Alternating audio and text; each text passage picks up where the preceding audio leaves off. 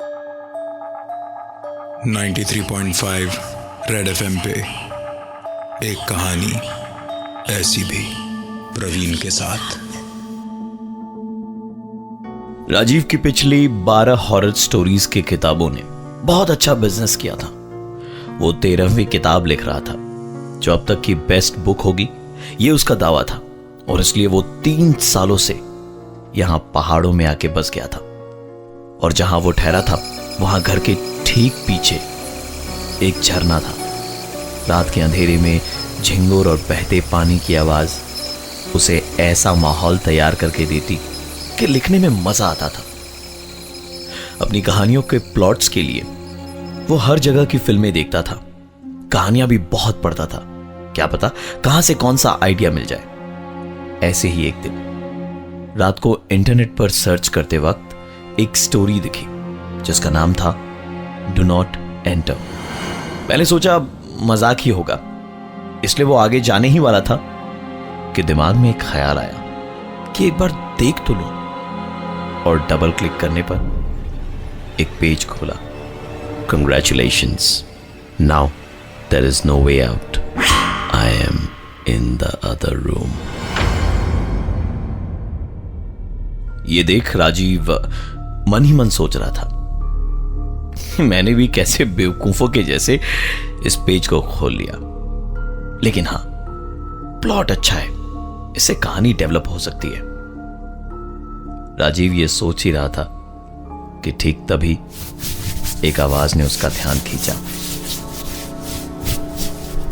ये आवाज बगल के कमरे से आ रही थी।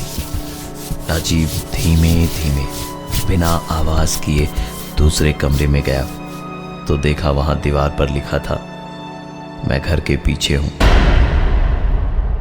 अक्सर जो लोग भूत प्रेत की कहानियां लिखते हैं बड़े ही दिलेर किस्म के होते हैं।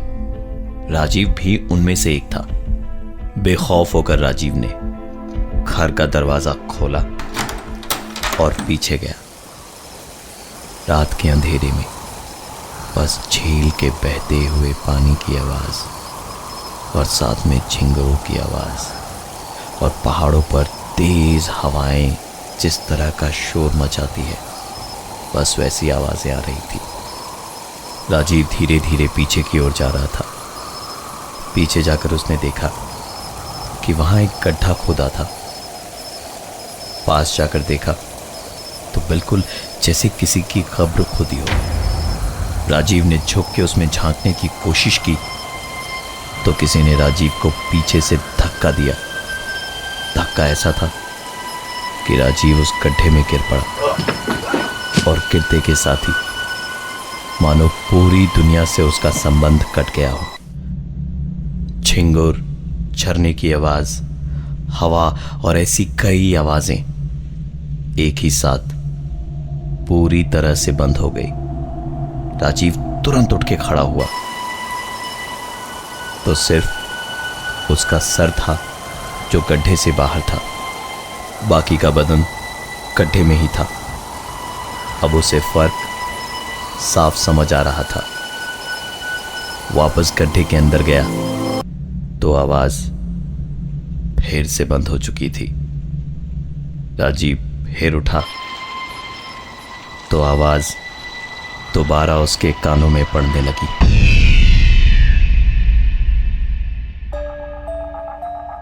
93.5 रेड एफएम पे एक कहानी ऐसी भी, प्रवीण के साथ। राजीव अपनी हॉरर स्टोरी की प्लॉट की तलाश में इंटरनेट पर सर्च कर ही रहा था जब उसने डू नॉट एंटर नाम की एक फाइल पर क्लिक किया।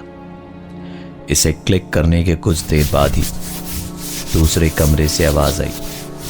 वहां जाकर देखा तो दीवार पर लिखा था, मैं घर के पीछे हूं। घर के ठीक पीछे एक कब्र बनी हुई थी जिसमें किसी ने राजीव को रात के उस अंधेरे में धक्का दिया। बड़ी मशक्कत के बाद वो वहां से निकला तो सामने एक कुत्ता पूरी तरह राजीव को देखकर गुर्रा रहा था। इससे पहले कि राजीव कुछ कर पाता, उसने राजीव पर झपट्टा मारा और सेल्फ डिफेंस में राजीव ने वहां पड़ी लोहे की रॉड से उस कुत्ते को पूरी तरह से मारा और तब तक मारा जब तक वो मर नहीं गया।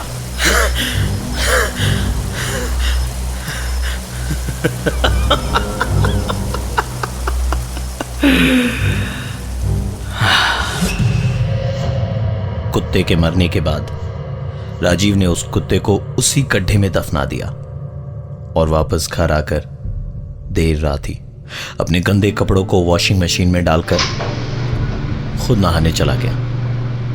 एक अजीब सी खुशी थी राजीव के चेहरे पर। उसे लग रहा था कि उसका नया प्लॉट अब धीरे धीरे अपने आप तैयार हो रहा है कि तभी दीवार पर एक आवाज सुनी। पलट कर देखा तो दीवार पर लिखा था, well done, good night.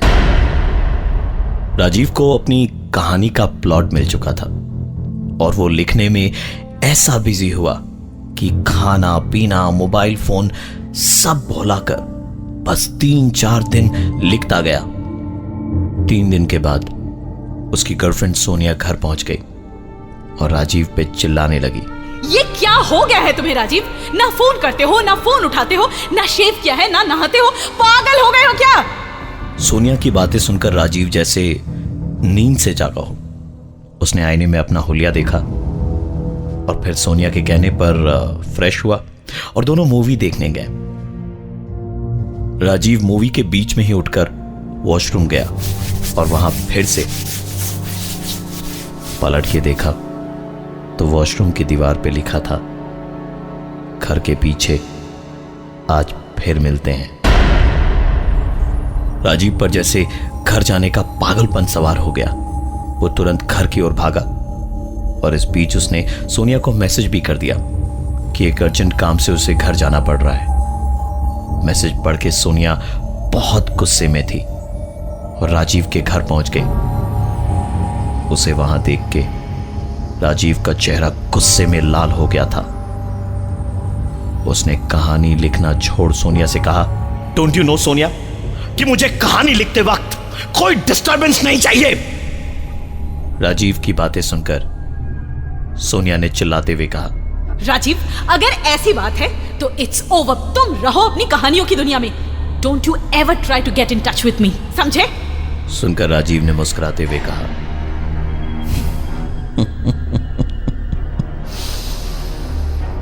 Nobody would keep in touch with you anymore। और इतना कहते कहते ही उसने फ्लावर वास उठाकर सोनिया के सर पे जोर से दे मारा।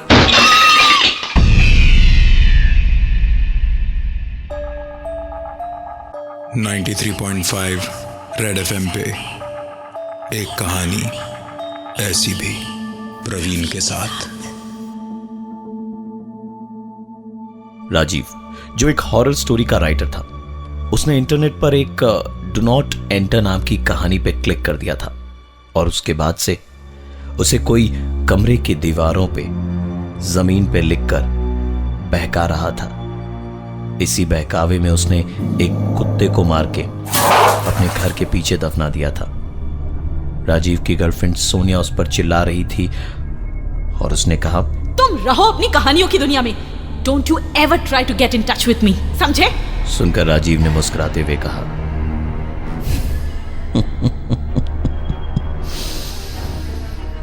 Nobody would keep in touch with you anymore। और इतना कहते कहते ही उसने फ्लावर वास उठाकर सोनिया के सर पे जोर से दे मारा और तब तक मारा जब तक कि सोनिया की पूरी तरह से सांसें नहीं रुक गई। सोनिया के शरीर को घसीटते हुए वो घर के पीछे वाले हिस्से में ले गया और गड्ढा खोदकर उसने सोनिया की लाश को गड्ढे में दफना दिया। राजीव के चेहरे पर वो खतरनाक मुस्कुराहट वापस आ गई थी जो कहानी बीच में ही रुक गई थी। अब उसे आगे बढ़ाने का वक्त आ गया था। घर में घुसकर उसने पहले पूरे घर को साफ किया और उसके बाद नहाने गया। वो नहा ही रहा था कि उसके कमरे का फोन बजा।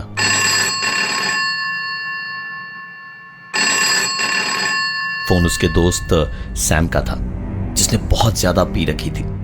उसने राजीव से कहा कि वो इतने नशे में है कि घर नहीं जाना चाहता। तो राजीव ने कहा, यार तेरा ही घर है, आजा।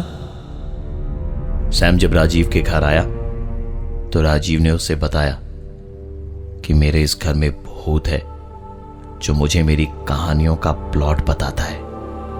सैम नशे में था, इसलिए ऐसी बातें सुनकर हंसने लगा। राजीव ने कहा, तुझे यकीन नहीं ना, तो चल मेरे साथ, देख दूसरे कमरे में दीवार पर क्या लिखा है। दोनों उस कमरे में गए जहां दीवार पर लिखा था, इसे यहीं मार दो। सैम और भी जोर जोर से हंसने लगा। तो राजीव ने कहा, तू पहला है यार जो ऐसे हंस रहा है। वो कुत्ता तो मुझे काट ही डालता। और सोनिया, उसने भागने की बहुत कोशिश की, पर मैंने जाने नहीं दिया। चली जाती तो मेरी कहानी का क्या होता? बीच में ही अधूरी तो छोड़ नहीं सकता ना यार, इसलिए उसे भी ना मुझे मारना पड़ा। अब ऑर्डर आया है तुम्हें मारने का, तो सॉरी यार, अब तुझे भी मरना पड़ेगा। सैम अब इन चीजों को मजाक में नहीं ले रहा था। धीरे धीरे उसका नशा उतरने लगा था, पर तब तक बहुत देर हो चुकी थी। नशा इतना ज्यादा था कि उसके कदम लड़खड़ा रहे थे। और तभी राजीव ने अपना क्रिकेट बैट लिया और सैम को मारना शुरू किया।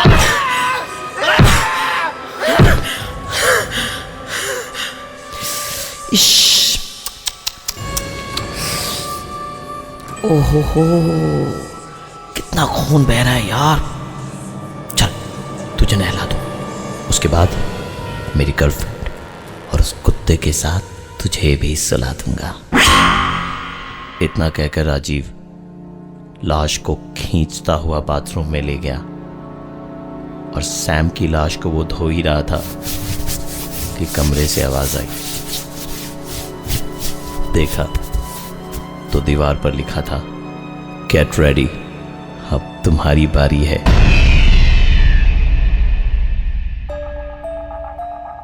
93.5 रेड एफएम पे एक कहानी ऐसी भी, प्रवीण के साथ।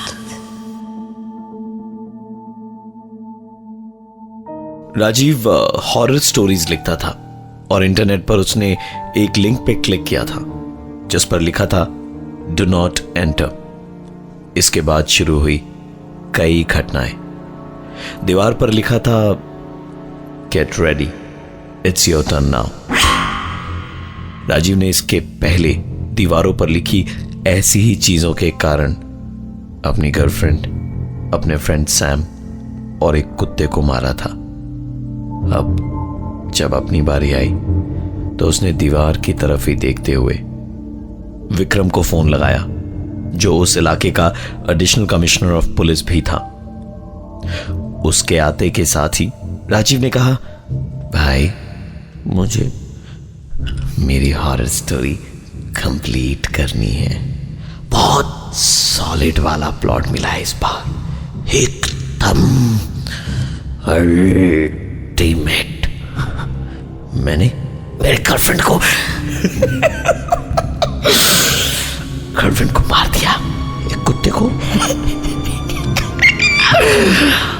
उसे भी मार दिया और इन दोनों की डेड बॉडी घर के पीछे दबा दी है। थोड़ी देर पहले सैम को भी मार दिया। लेकिन इस प्लॉट को कंप्लीट करने के लिए मुझे खुद को मारना पड़ेगा। मैं खुद को कैसे मार सकता हूं? तो मैंने तुझे बुला लिया है ना, ये ले मेरी बंदूक और मुझे मार दे प्लीज, मुझे मार दे, मुझे मार दे। विक्रम ने कहा, मुझे 1 मिनट दे, मैं अभी बाहर से आया। बाहर जाकर विक्रम ने पुलिस फोर्स को इस ठिकाने तक आने को कहा और साथ ही एक एम्बुलेंस को भी। विक्रम अंदर गया तो देखा राजीव खुद कमरे की दीवार पर कुछ लिख रहा था। उसने कहा, राजीव ये क्या कर रहे हो? तो राजीव ने कहा, एक्चुअली मरना तो मुझे था, पर अब देखो ना, दीवार पर उस आत्मा ने, हाँ, उस आत्मा ने लिखा है कि पहले इसे मार दो। तो विक्रम, आई एम सॉरी, अब तुम्हें मरना पड़ेगा। इतना कहते हुए राजीव ने उसके पास रखी बंदूक विक्रम पर तान दी और सेल्फ डिफेंस में विक्रम को राजीव पर गोली चलानी पड़ी।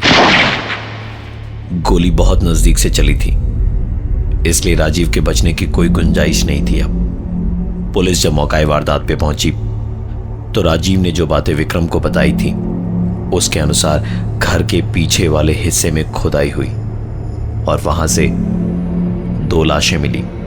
घर के बाथरूम से सैम की लाश बरामद हुई। तहकीकात में जब विक्रम ने राजीव के कंप्यूटर की तलाशी ली तो इंटरनेट हिस्ट्री में बहुत सारी वेबसाइट्स थी। एक एक करके उसने सारे पेजेस चेक किए और एंड में वो पेज मिला जिसका जिक्र राजीव ने किया था। उस पेज के टॉप में लिखा था, डू नॉट एंटर। विक्रम ने सारी बातें जानने के बावजूद उस लिंक पर क्लिक किया। स्क्रीन पर अब नेक्स्ट मैसेज था, Congratulations, now there is no way out. I am in the other room. मैं हूं प्रवीण और ये थी आज की एक कहानी ऐसी भी। अगली बार किसी भी डू नॉट एंटर लिंक पे क्लिक करने से पहले 5 बार जरूर सोचिएगा, कहीं कुछ ऐसा आपके साथ ना हो जाए।